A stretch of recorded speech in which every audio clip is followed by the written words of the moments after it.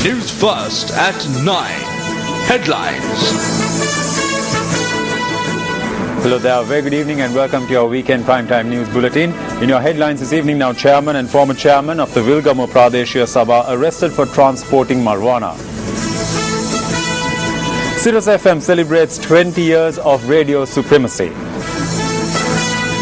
Minister S.M. Chandrasena blames collapse of farmers' pension fund on the failure of the treasury. Obama warns Putin of consequences if Russian troops are not pulled back from the Ukraine.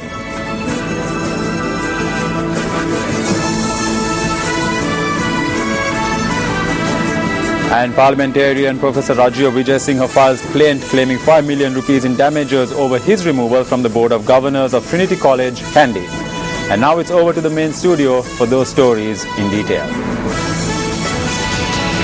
Thank you, Shane, and welcome to Primetime Weekend. I'm Arundhati Mudannayak, and let's start off with a look at your local news. The chairman and former chairman of the Vilgamo Pradeshia Sabha have been arrested and remanded on charges of transporting marijuana in the chairman's official vehicle. The suspects were produced before the acting magistrate of Nowla today. The police say that the chairman and former chairman were arrested in possession of 275 grams of marijuana near the Nippon Bridge in Vilgamo last evening. The chairman of the Vilgamo Pradeshia Sabha, Jayanta Veerasekara, and former chairman Ranjit Kumarasinghe were arrested. They were arrested when their cab was inspected. During inspection, marijuana or cannabis was found in the vehicle. The raid was carried out at about 8:30 last night based on a tip-off received by the Vilgamo police. An area resident who witnessed the incident spoke to Newsfirst.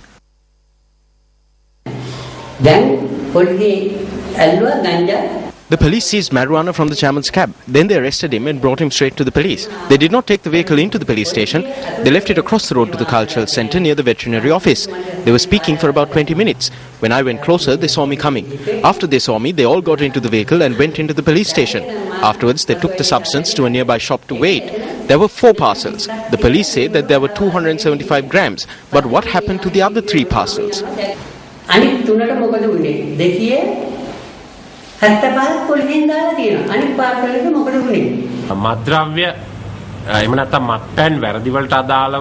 We will not be lenient with those who are involved in crimes involving drugs or alcohol. We take the necessary legal action against them.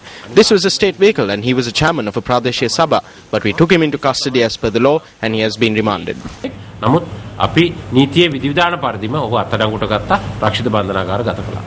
The police say that the chairman and former chairman were remanded until tomorrow. Following the arrest of the suspects, these posters could be seen in the Vilgamo area.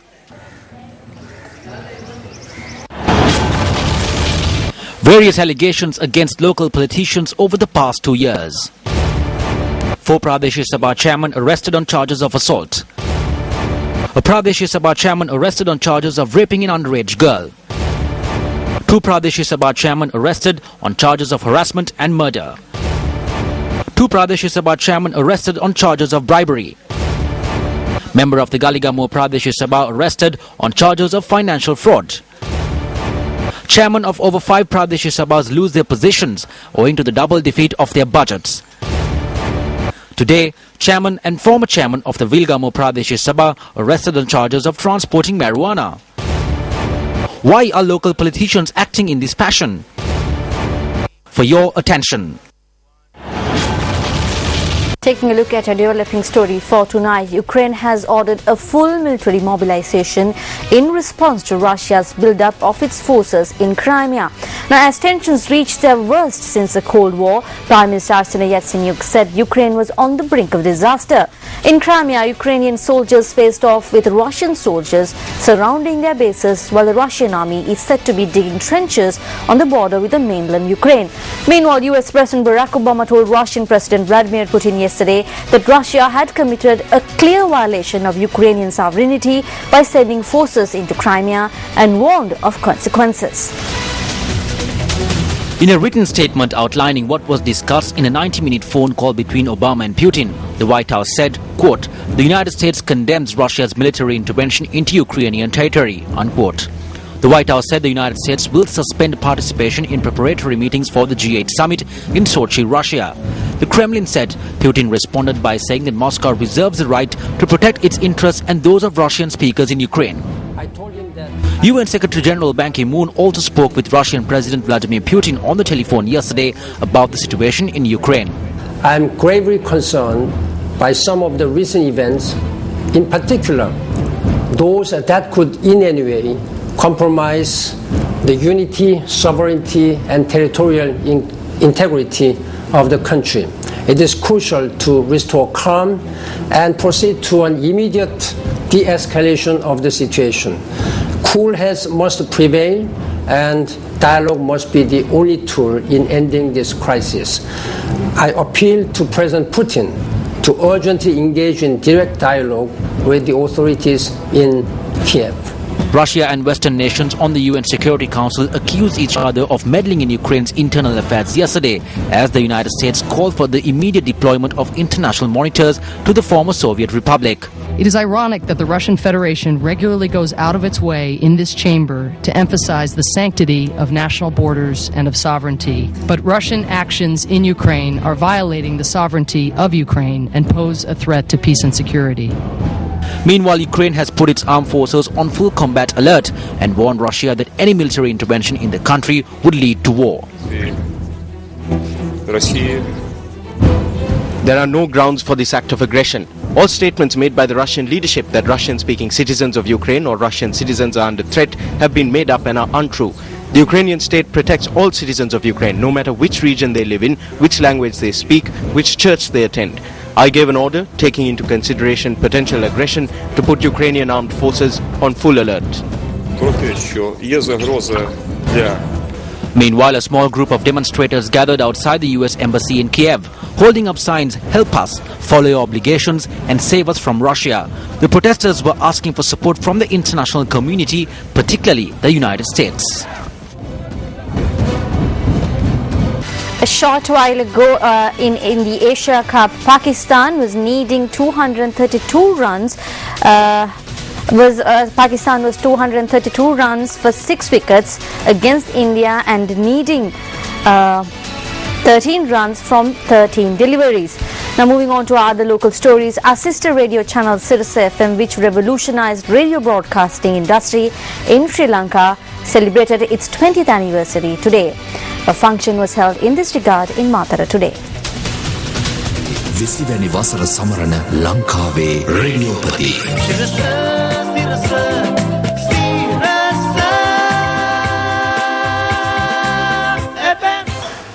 An alms giving was held early this morning at the Migadaya Sri Ratanapala Mahavihare at the Matara Fort in view of the 20th anniversary of Sirius FM.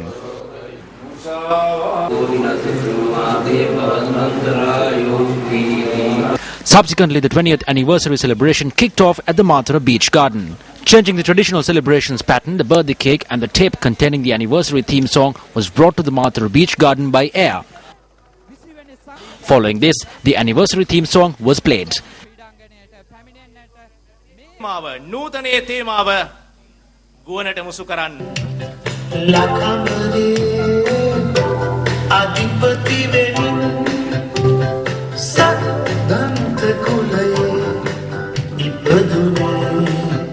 Incidentally, 20 youth who are celebrating their 20th birthday today joined the event to cut Sirius FM's birthday cake under the theme, "Those of us who were born on the same day, let's be together."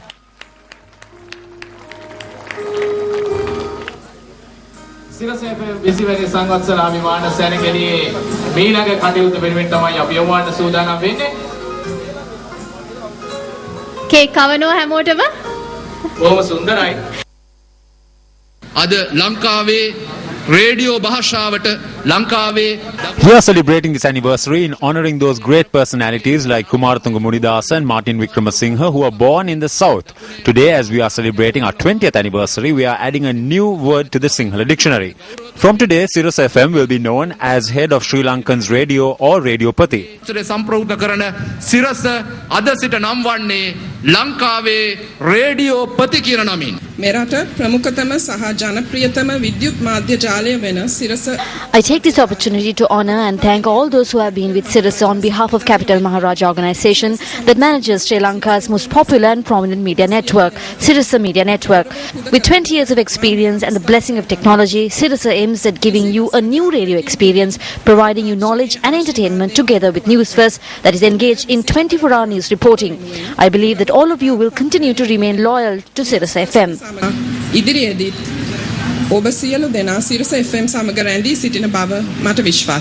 Sirasa FM's newest program, Salli Chakre, was also launched at the occasion, and applications for the program were distributed to those who were gathered from air.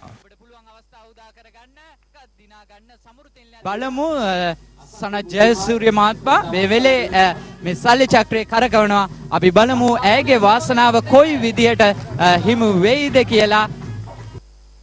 Voice tests for Samanala Sirasa also took place at the beach garden. අඩවි ප්‍රාප්තියේ 20 වැනි වසර සමරන ලංකාවේ රේඩියෝපති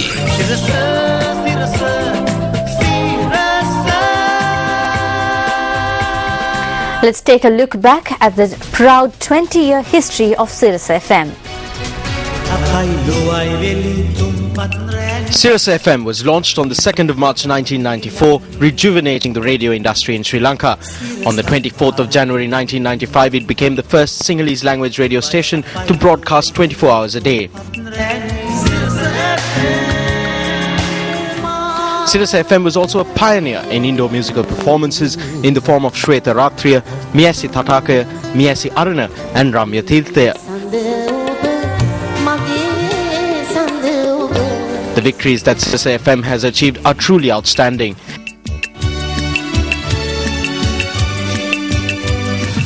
In its very first year in 1994, Sirasa FM won the award for the most popular radio station at the Unda Radio Awards. From 2006 to 2012, Sirasa FM won the award for the most popular radio station at the Slim People's Choice Awards. Sirasa FM has organised numerous revolutionary events in the country as well, including the Raja Maha Kiribata, which entered the Guinness Book of World Records as the longest serving of milk rice ever cooked. There is no doubt that after 2 decades of radio supremacy, Sirasa FM will continue to innovate and revolutionise the radio industry in Sri Lanka.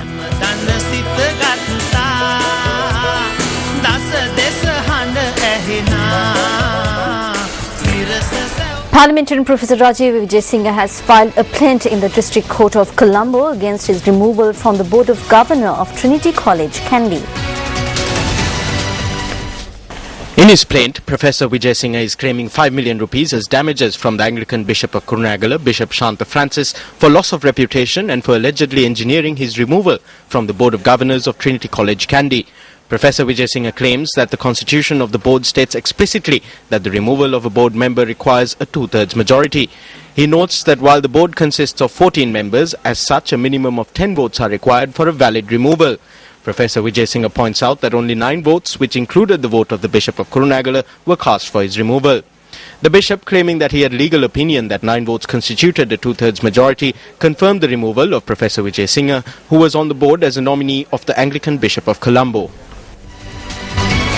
An experience-sharing lecture by former South African Constitutional Court Judge Dr. Albie Sachs was held today at the Lakshman Kadaragama Institute for International Relations and Strategic Studies in Colombo this morning. The event was organised by the Colombo Law Society together with the South African High Commission and the In Transformation Initiative. A prominent figure in the anti-apartheid struggle in South Africa, Dr. Albie Sachs was also the target of a bomb attack by pro-apartheid forces in which he lost an arm and sight in one eye. The lecture held today was attended by prominent figures in the legal community, including Chief Justice Mohan Piris, Minister Rauf Hakim and Attorney General Palita Fernando and the High Commissioner of South Africa to Sri Lanka, Jeff Dodge. When I was younger, I would have objected to the juristocracy, the idea that judges should be in a position to decide important matters for the nation. And of course, when we decide, we give a very large discretion to the lawmaking body, to the presidency, to the executive. That's in the nature of the separation of powers. But when fundamental rights are involved, when the due process of constitutional mechanisms are involved, It's our duty. Also speaking at the event, Chief Justice Mohan Piris commented on reconciliation and the recommendations of the Lessons Learned and Reconciliation Commission. I'm sure you will agree with me, my lord, and pardon me for saying this, that one cannot wave a magic wand to transform everything back to normal tomorrow.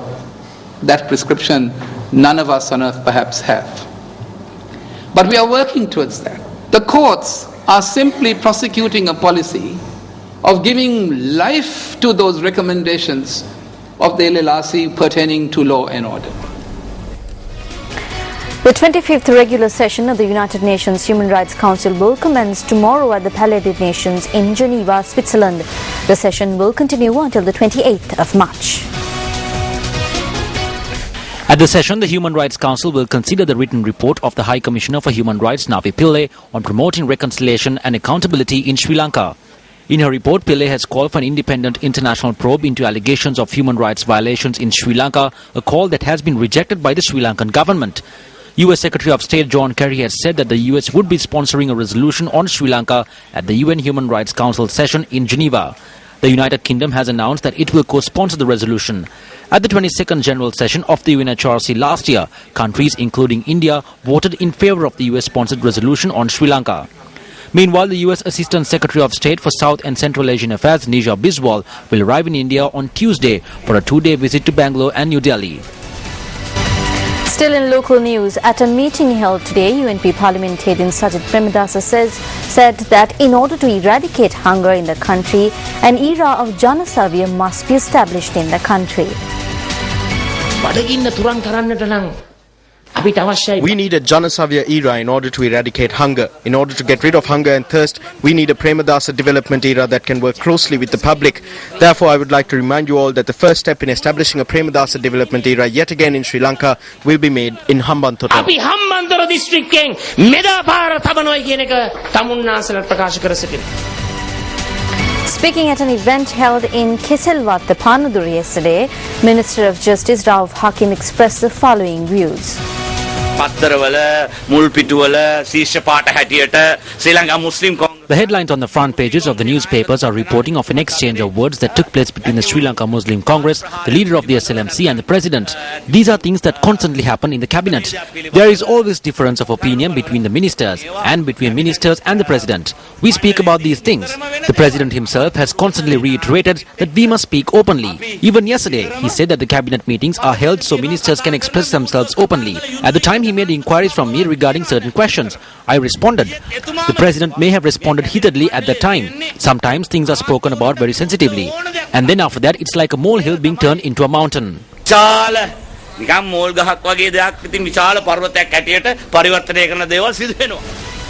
Speaking at a rally held yesterday, UNP Colombo district candidate SM Marikal says that those who engage in politics for narrow goals must be defeated. This public rally was held in Watrappulam, Mount Lavinia yesterday.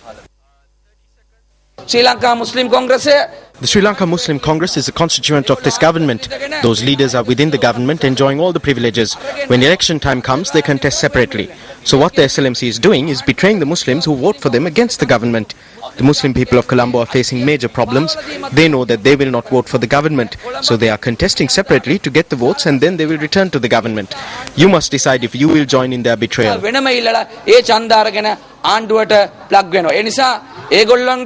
ඒගොල්ලොන්ගේ පාවා දීමට ඕගොල්ලෝ එකතු වෙනවද නැද්ද කියන එක ඕගොල්ලෝ තීරණය කරන්න ඕන. UPFA Colombo district candidate Hirunika Premachandra says that she will bring forth an environment where the people of Colombo can live without fear. She made this statement at a rally held in Hulstorf, Colombo yesterday. The UPFA Operations Office for the Central Colombo electorate was declared open yesterday by Hirunika Premachandra.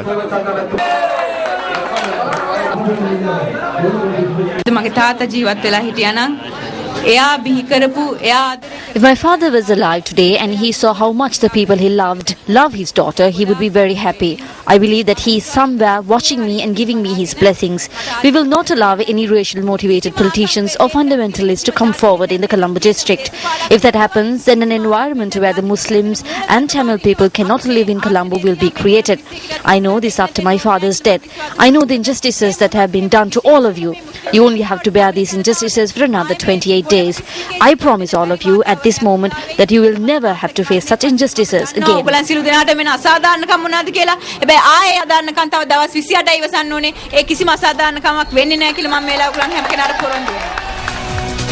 Well, Pakistan has beaten India in an Asia Cup fixture a short while ago, and Sports First will have details later on in the news. Now moving on to more local news, a public meeting was held by the Democratic Party in the Aggona area in Kolonnawa today.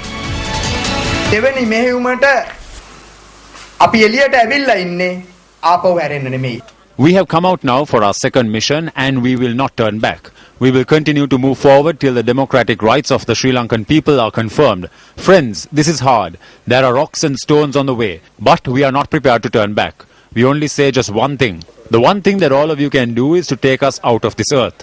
If you can, you may kill us, but you will never be liberated. This government has been here for 20 years, but there is no joy in anyone's life. මේ ආණ්ඩුවට අවුරුදු 20ක් වයසයි.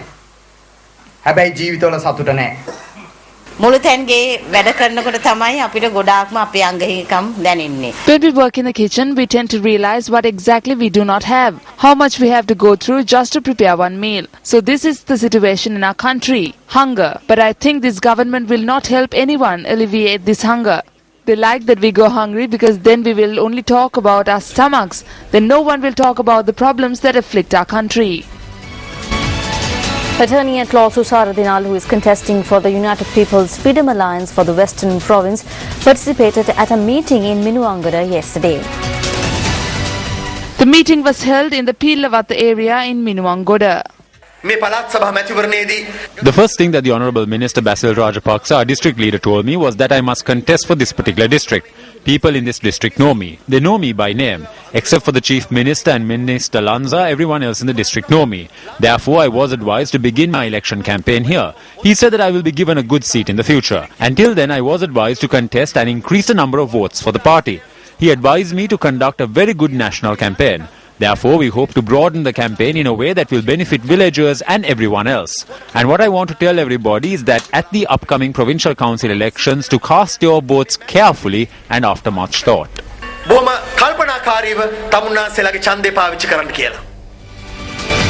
Western Provincial Council candidate of the United National Party, Jayantha De Silva, attended a celebration held at a temple in Wanathamula this morning. The celebration was held to give badges to the student leaders of the Sri Sandathissa Sunday School, which is attached to the Dharmashrita Vihara.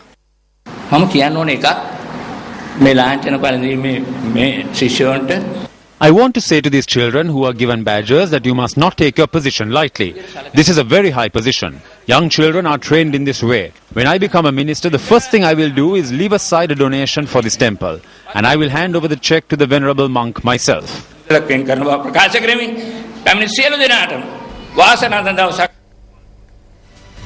7th round of trials for Super Fighter, Sri Lanka's first reality sports TV program, was held in Panadura today. Super Fighter. Super Fighter is a joint initiative of MAS Holdings, Newsfirst and the MTV and NBC Media Network. Trials for the Kalutara district commenced yesterday with the participation of more than 300 amateur boxers. Prior to the trials conducted under 4 weight classes, a training camp was held for the aspiring contenders. Trials were held in a boxing ring constructed to international standards.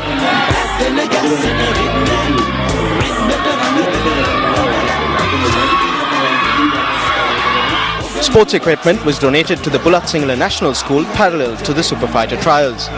How many boxers from the Kalutara district will enter the ranks of the final 100 contenders for Super Fighter? Tune in to Super Fighter on Sirasa TV to find out. Super Fighter. Today marks the 20th death anniversary of prominent politician late General Ranjan Wijeratne. The memorial event was held this morning at the statue erected in Colombo 5 at the location where General Ranjan Wijeratne was assassinated. Floral tributes were paid to the statue of late General Ranjan Wijeratne. මට ඊයේ වගේ මතකයි මෙතන මේ දකුණු පැත්තේ හරියට 8:27ට I can remember it like yesterday. On my right side here at exactly 8:27, my father-in-law sacrificed his life for the country. He served his country and his party. We are forever indebted to His Excellency President Mahinda Rajapaksa, Defence Secretary Gotabaya Rajapaksa, members of the three armed forces and the police for the sacrifices they made to end the war that Ranjan Wijeratne could not finish for his country. ත්‍රියුද්ධ හමුදාවත් පොලිසියත් මේ කරපු කැපවීම වලට අපි සදා ණයගැති. Ranjan Wijeratne, who was born on the 4th of April 1931, was an old boy of St. Thomas's College, Guruthalawa and Mount Lavinia and was a planter by profession. In 1984, he joined the Sri Lanka Rifles Brigade as a Lieutenant Colonel. In 1988, he entered active politics and served for a while as the chairman and as the General Secretary of the United National Party. In 1989, he entered Parliament through the National List and served as the Minister of Foreign Affairs and as Minister of State for Defence in President Ranasinghe Premadasa's cabinet. He was assassinated by the LTTE in 1991. Today is the final day of the International Dhamma Conference that is held at the city of Bhopal, not far from the Dambati Vasanchi Stupa. The president of the Sri Lanka Mahabodhi Society, Venerable Banagalu Upatissa Thera, speaking to Newsfirst, said that today's discussions focused on the Buddhist university that is to commence in Sanchi and the subjects that will be included in the courses. The Thera added that Dharma and Dhamma conference will be held every 2 years. So that's how I feel.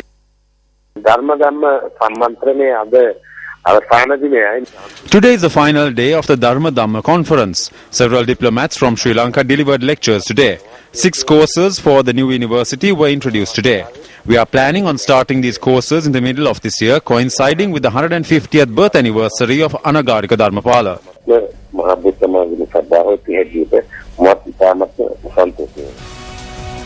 Minister S.M. Chandrasena says that non-allocation of agreed funds from the Treasury resulted in the collapse of the farmers' pension scheme. The minister made this observation while attending a function organized to hand over the first installments of the farmers' pension to 1,000 farmers in the Nuwara district. The Treasury gives 750 million for this. This needs to be allocated every year in order to pay the farmers' pensions. Though 750 million was allocated at the start of this project, the Treasury only released 75 million. Then your installments were added to this. It was this total amount that helped us bring the scheme forward this far. Every year the number of pensioners increase. 950,000 have contributed to the pension scheme. Your installments and the 75 million ended by 2011. This was started with a lot of problems. The President got to know about this only after it collapsed. Then it fell on the shoulders of the President and the government. On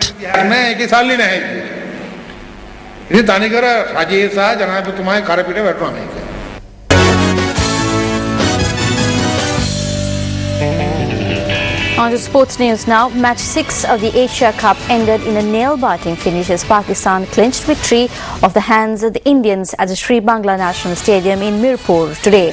After being put to bat first, the Indians posted a total of 245 runs for the loss of 8 wickets in their allotted 50 overs. None of the Indian batsmen could get the start they required as they lost wickets at regular intervals. Ambachiti Rayudu, top scorer for India with 58 runs, which Ravichandra Jadeja remained unbeaten on 52. Said Ajmal picked 3 wickets with 40 runs, while Mohammad Hafiz and Mohammad Talha bagged 2 wickets apiece. Batting in reply, the Pakistanis got off to a good start as openers Sarjil Khan and Ahmad Shehzad put on 71 runs. Mohammad Hafiz played a brilliant knock for his side with 75 runs. The game went down to the last over as Pakistan lost 2 quick wickets. However, big hit in Shahid Afridi sealed victory for Pakistan with a massive 6 followed by a boundary to end the match. Pakistan won the match by 1 wicket with 2 balls remaining.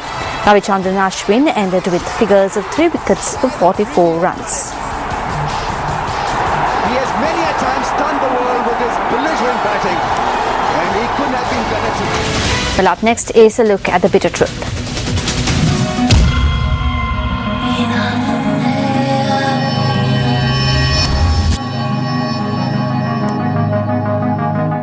Suraj Dandenia was the tournament director in Sri Lanka for the 2011 ICC Cricket World Cup. Fans levelled several allegations against the Cricket World Cup office, which was run by Dandenia. Among the allegations was the sale of tickets allocated for sponsors at exorbitantly high prices and creating a black market for tickets. Incidentally, towards the end of Dandania's tenure as tournament director, a hard disk containing data on tournament organisation and the deaths of Sri Lanka cricket went missing.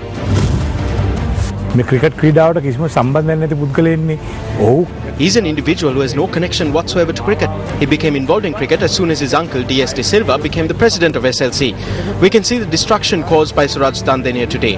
There has been no disciplinary inquiries into ad hoc actions.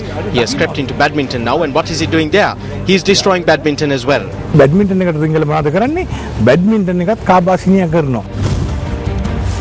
A compulsory prerequisite for all positions at a National Sports Association, with the exception of the position of treasurer under the new regulations introduced under the Sports Act, is that such an official must have played the sport at the national level at least.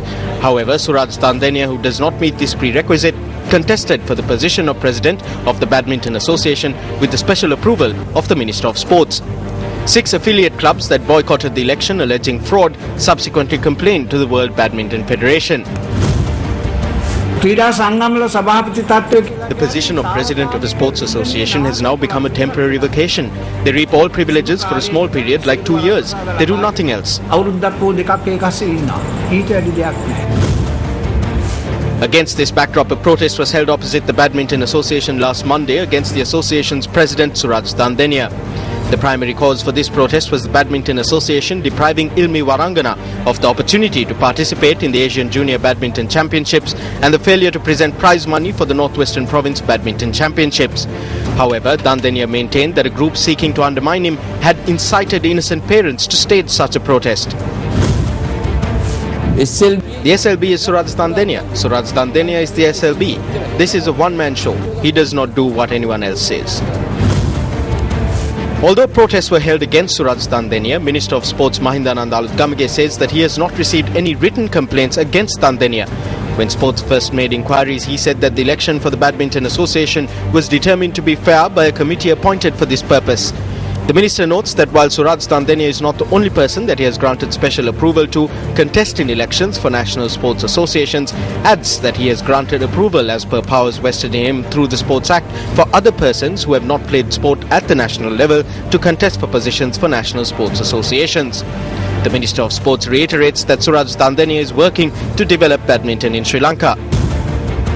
Sri Lanka Badminton Sangame Sabhapatiwaraya gana We cannot expect the Honourable Minister to criticise the President of the National Badminton Association. No matter how many complaints have been lodged with the Minister, no action has been taken.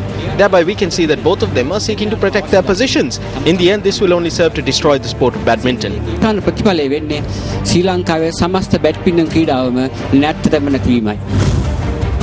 When will there be good governance in badminton administration? Open for debate.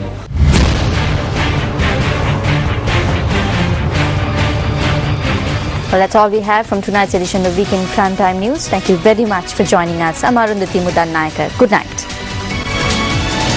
Hotline 0114-896-896. www.newsfirst.lk. Feedback at newsfirst.lk.